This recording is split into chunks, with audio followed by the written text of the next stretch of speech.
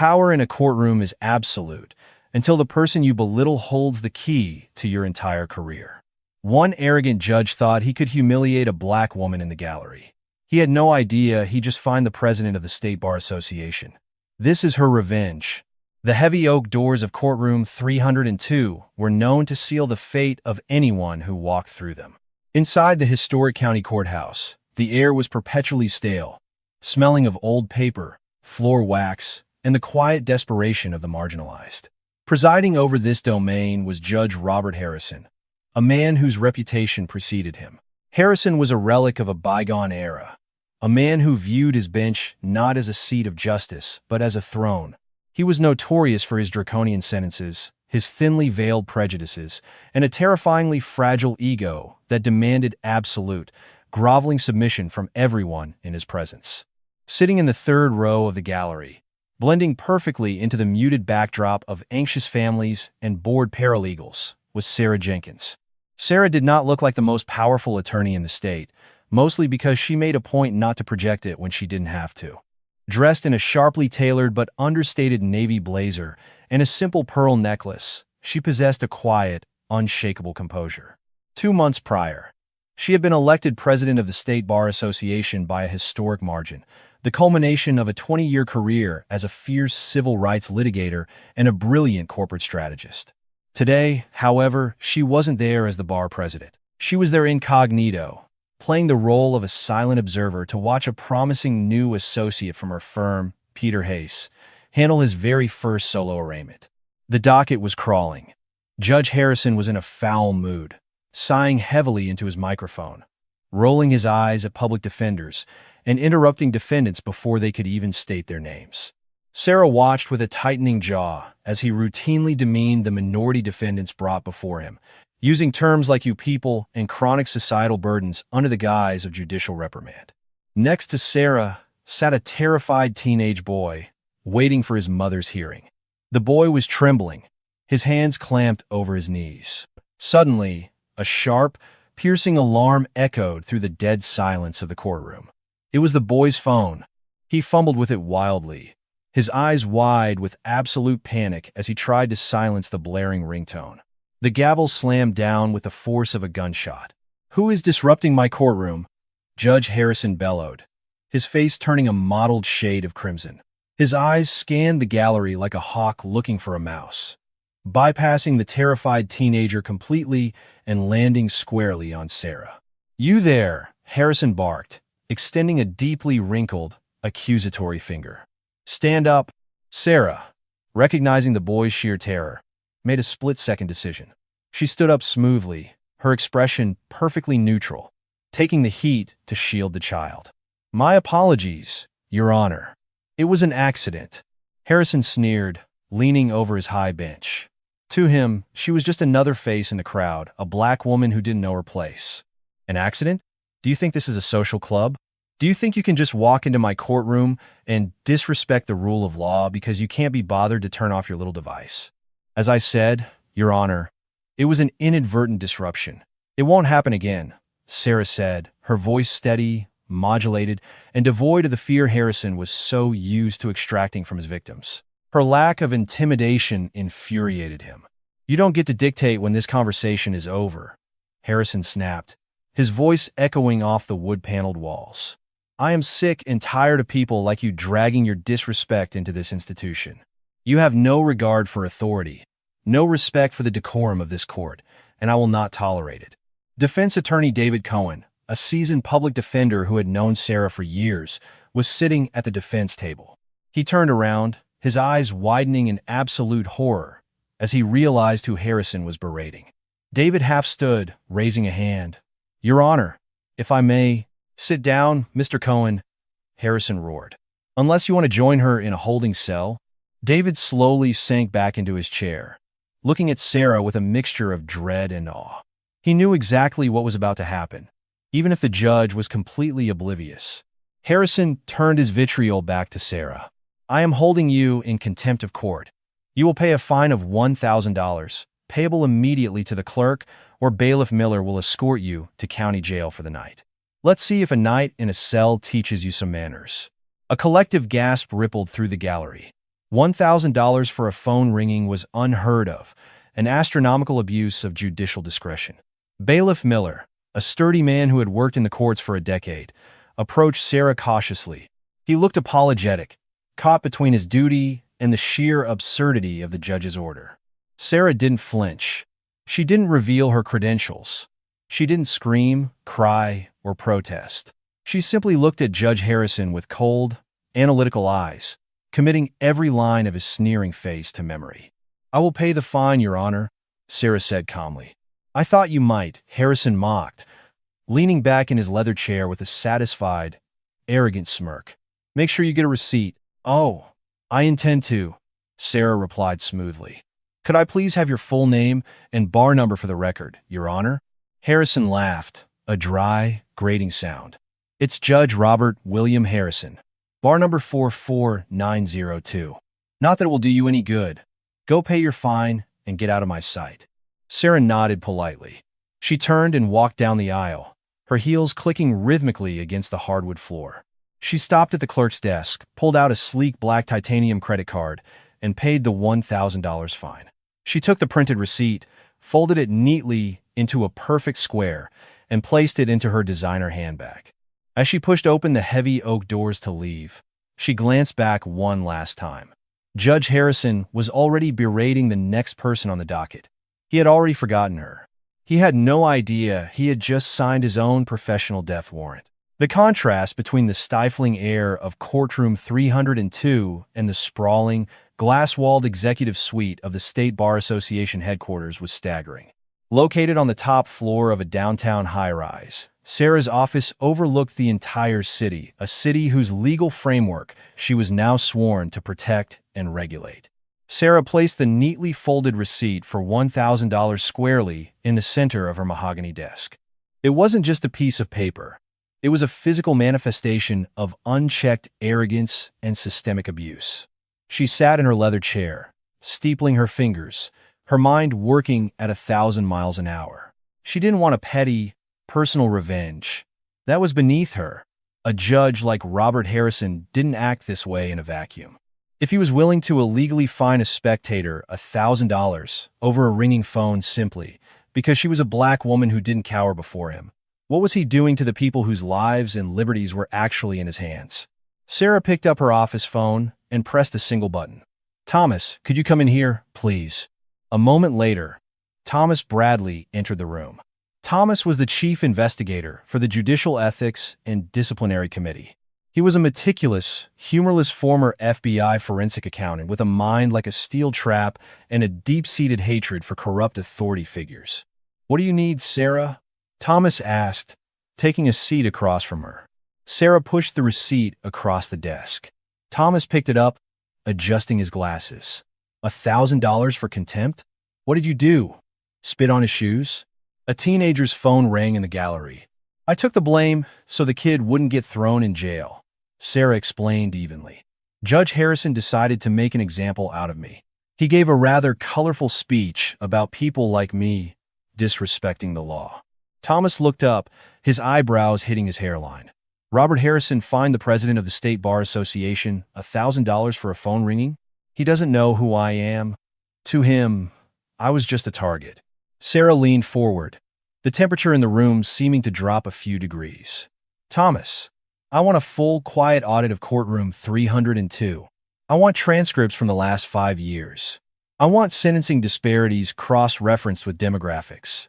I want every formal and informal complaint ever lodged against him unburied. And I want to know exactly how many times he has abused the contempt charge to line the county's pockets or stroke his own ego." Thomas tapped the receipt thoughtfully against his knuckles. A slow, dangerous smile crept onto his face. "It's going to take a lot of late nights. The man has been on the bench for 2 decades. Take all the resources you need. Pull a team of our best paralegals. But keep it completely off the radar," Sarah instructed. "If Harrison catches wind of an investigation, he'll start sealing records and intimidating court reporters. I want the net pulled tight before he even realizes he's in the water." For the next 6 weeks, the basement archives of the Bar Association became a war room. Thomas and his hand-picked team worked through mountains of transcripts, audio recordings, and case files. What they uncovered was far worse than a single bad day in court. It was a documented, irrefutable pattern of judicial tyranny. The data was damning. Judge Harrison routinely handed down maximum sentences to minority defendants, while granting leniency and probation to white defendants with identical criminal histories. He had levied over $150,000 in questionable contempt fines over 3 years, predominantly targeting women and people of color. The files contained horrific transcripts of Harrison mocking domestic violence victims, belittling public defenders, and coercing plea deals by threatening exorbitant bail amounts. Meanwhile, Robert Harrison remained entirely oblivious to the fact that his empire was crumbling beneath him. He spent his weekends at the exclusive Oak Ridge Country Club, sipping expensive scotch and holding court among local politicians and wealthy businessmen. He loved to regale them with stories of his tough-on-crime approach. "You have to break them early," Harrison boasted one Saturday afternoon, swirling the amber liquid in his glass. "These people come into my courtroom thinking it's a joke. Just last month, some woman tried to stare me down after her phone went off, slapped her with $1,000 on the spot. You should have seen her scurry out of there like a whipped dog." His audience chuckled, clinking their glasses. They lived in a bubble of privilege, immune to the terror Harrison inflicted on the vulnerable. Back at the Bar Association, Thomas dropped a massive, 5-inch thick binder onto Sarah's desk. The cover simply read, "Inquiry into Judicial Misconduct. Honorable Robert W. Harrison." "It's a slaughterhouse in there, Sarah," Thomas said, his usually stoic voice laced with disgust. "He's destroyed hundreds of lives. And we found something else." 2 female court reporters filed sexual harassment complaints against him in 2019 and 2021. The county settled both quietly, using taxpayer funds, and sealed the records. "We had to subpoena the county comptroller's shadow ledger to find it." Sarah slowly opened the binder. She read through the transcripts of broken lives, of mothers begging for leniency, of young men sent to maximum security for minor drug offenses. The anger she felt in the courtroom weeks ago was nothing compared to the cold, absolute resolve that settled over her now. "He's a predator wearing a black robe," Sarah said softly. "So, what's the play?" Thomas asked. "We send this to the Judicial Conduct Board? They might just reprimand him. Judges protect their own." "Not this time," Sarah said, closing the binder with a definitive thud. "I oversee the Judicial Conduct Board now. But I don't just want him reprimanded behind closed doors. I want him exposed." The annual State Legal Review Gala is next Friday. Every major judge, district attorney, and political figure in the state will be there. We will issue a formal summons for him to appear before the disciplinary committee, and we will serve it to him publicly. A week later, Judge Harrison sat in his chambers, signing off on probation revocations without even reading them. His clerk timidly knocked on the door and handed him a sealed manila envelope. Harrison tore it open.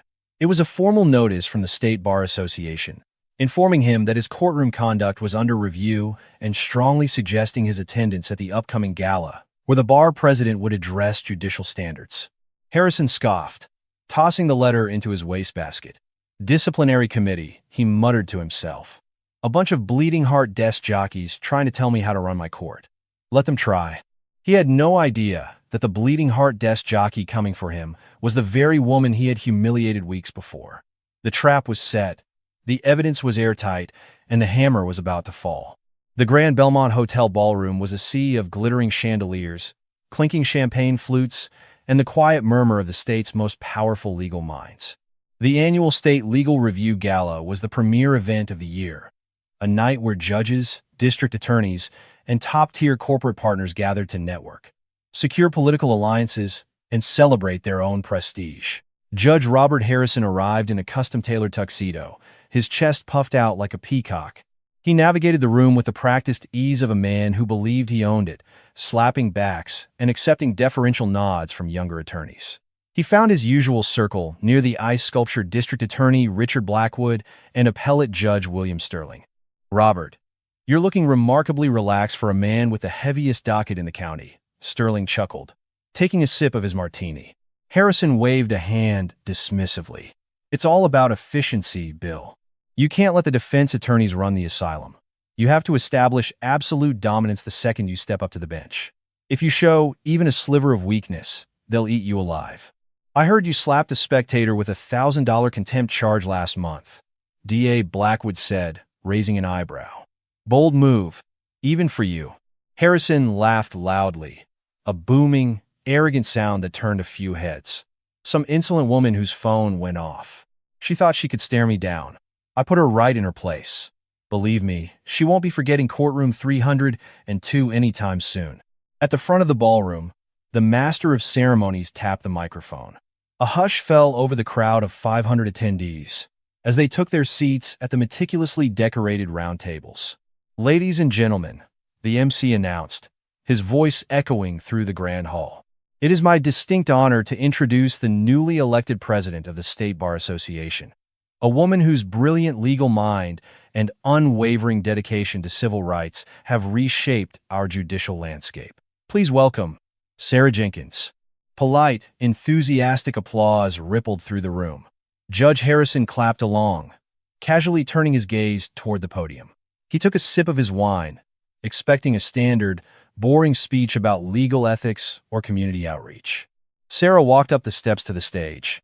She wore a stunning, deep emerald evening gown, her posture impeccably straight, radiating a quiet, absolute authority. She adjusted the microphone, letting the silence stretch for just a few seconds longer than comfortable. Down at table 4, Robert Harrison lowered his wine glass. The blood instantly vanished from his face. His heart skipped a beat, then began to hammer against his ribs like a trapped bird. He squinted against the stage lights, his mind desperately trying to reject what his eyes were seeing. It couldn't be. It was the woman from the gallery. The woman he had publicly humiliated. The woman he had fined $1,000. The woman he had called a societal burden. Sarah looked out over the crowd, her sharp eyes scanning the room until they found table 4. She locked eyes with Harrison. For a terrifying second, the ghost of a cold, predatory smile touched her lips. Harrison felt a cold sweat break out across his neck. He was suddenly painfully aware of how hard it was to breathe. Distinguished colleagues, honorable judges, and guests, Sarah began, her voice perfectly modulated, yet carrying an edge of undeniable steel. We gather tonight to celebrate the integrity of the law. The law is a sacred trust. It is the shield of the vulnerable and the great equalizer of our society. But what happens when the very individuals sworn to uphold that trust weaponize it? The room shifted uncomfortably. This was not the standard congratulatory keynote. Sarah reached into a small leather portfolio on the podium and pulled out a neatly folded piece of paper. She held it up. 6 weeks ago, I sat anonymously in the gallery of a county courtroom, Sarah continued, her voice echoing in the dead-silent ballroom. A terrified teenager's phone rang by accident. In a bid to protect the child from the judge's notoriously volatile temper, I stood up and took responsibility for the disruption. I apologized respectfully. At table 4, DA Blackwood slowly turned to look at Harrison, whose knuckles were white as he gripped the tablecloth. Instead of accepting the apology, the presiding judge launched into a racially charged tirade. Sarah said, her voice rising with righteous power. He accused me of being a chronic societal burden. He told me that people like me have no respect for the law. And then, as a final act of unhinged ego, he held me in contempt and fined me $1,000. A collective gasp swept through the ballroom. 500 heads snapped to attention. Whispers erupted like wildfire. A judge fined a bar president? Who was it? I paid the fine, Sarah said, dropping the receipt onto the podium. But I also kept the receipt, because that piece of paper was not just a fine. It was a thread. And for the last 6 weeks, my chief investigator and I have been pulling that thread. Harrison tried to swallow, but his throat was like sandpaper. He wanted to run, but his legs were lead. He was trapped. We ordered a complete, covert audit of this judge's courtroom. Sarah announced, her eyes never leaving Harrison's pale, sweating face. And what we found was a sickening, documented pattern of tyranny. We found a staggering sentencing disparity, where minority defendants received maximum penalties while white defendants walked away with probation. We found over $150,000 in illegal, coercive contempt fines used to terrorize innocent citizens. The ballroom was absolutely dead silent now. You could hear a pin drop. But the most disturbing discovery, Sarah said, leaning into the microphone, were the shadow ledgers. Two separate sexual harassment complaints filed by female court staff in 2019 and 2021, both secretly settled using taxpayer funds, deliberately concealed from public record by a corrupt county clerk's office. Chaos erupted. Gasps of horror and loud murmurs echoed off the walls. D.A. Blackwood stood up, his face thunderous, looking directly at Harrison. Harrison's own wife, sitting next to him, dropped her fork, staring at him in horrified disbelief. Judge Robert Harrison, Sarah's voice cut through the noise like a scythe, ringing with the absolute authority of her office. You thought you were silencing an anonymous black woman in your gallery. You thought you were untouchable. You were wrong. Harrison sprang to his feet, knocking his chair over backward. Panic and pure, unfiltered rage distorted his features. This is a setup, he screamed, his voice cracking, entirely devoid of the booming judicial authority he so loved to project. This is a slanderous, coordinated attack. I'm a sitting judge. I demand. You demand nothing. Sarah fired back, her voice echoing like a thunderclap. From the side of the ballroom, Thomas Bradley, the stern former FBI investigator, stepped out of the shadows. He walked purposefully across the floor, holding a thick, sealed binder and a stack of legal documents. He didn't stop until he reached table 4. Judge Harrison, Thomas said loudly, handing him the stack of papers in front of the entire stunned assembly of the state's legal elite. You have been formally served. These are the subpoenas from the Judicial Ethics and Disciplinary Committee, as well as an official notice of suspension from the Chief Justice of the State Supreme Court, effective immediately. Harrison looked down at the papers, as if they were covered in venom. His hands shook uncontrollably. He looked around the room, seeking an ally. He looked at Judge Sterling. Sterling turned his back. He looked at D.A. Blackwood. Blackwood was already pulling out his phone, likely calling his office to open a criminal probe into the misappropriated taxpayer funds. Even his wife stood up, grabbed her evening bag, and walked away without looking back. You are stripped of your judicial authority, Sarah stated from the podium, delivering the final, crushing blow. You will not return to your chambers. You will not pass judgment on another human being ever again.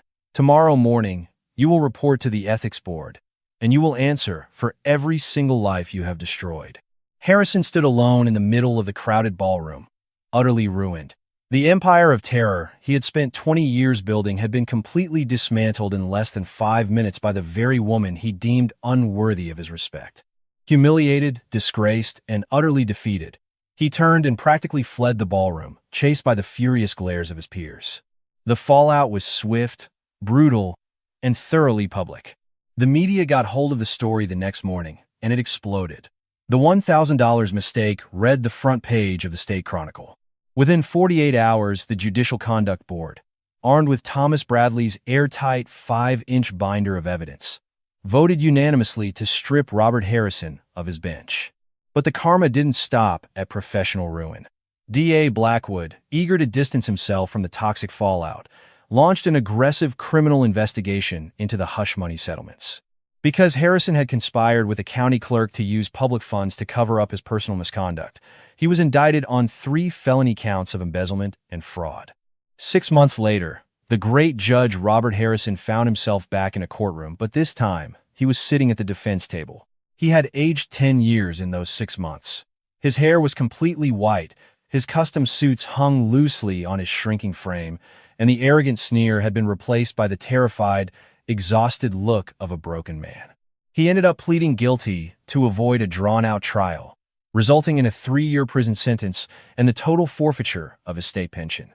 On the day of his final sentencing, as Harrison was being handcuffed by Bailiff Miller, the exact same bailiff he had once ordered to arrest Sarah, he looked back into the gallery. Sitting in the 3rd row, dressed in a sharply tailored navy blazer, was Sarah Jenkins. She wasn't smiling. She wasn't gloating. She simply sat there, radiating the quiet, unshakable composure of a woman who had cleaned a deep rot out of the system she loved. Before they led Harrison away, his defense attorney handed him a small, sealed envelope that had been delivered to the defense table that morning. With shaking, handcuffed hands, Harrison clumsily tore it open. Inside was a simple, blank card. Taped to the center of it was a meticulously folded, official county clerk receipt for $1,000. At the bottom, written in elegant, flowing ink, was a single sentence. "I told you, I intended to keep the receipt." Sarah stood up, her heels clicking rhythmically against the hardwood floor. She pushed open the heavy oak doors of the courtroom and walked out into the bright, warm sunlight of the city, leaving Robert Harrison to face the cold, hard reality of the cage he had built for himself. The scales of justice had finally been balanced. If this story of absolute justice and hard-hitting karma made your day, hit that like button. We expose the truth and bring you the most dramatic, real-life twists where the corrupt finally get what they deserve. Don't forget to share this video with your friends and subscribe to the channel for more jaw-dropping stories. Drop a comment below. What would you have done in Sarah's shoes? See you next time.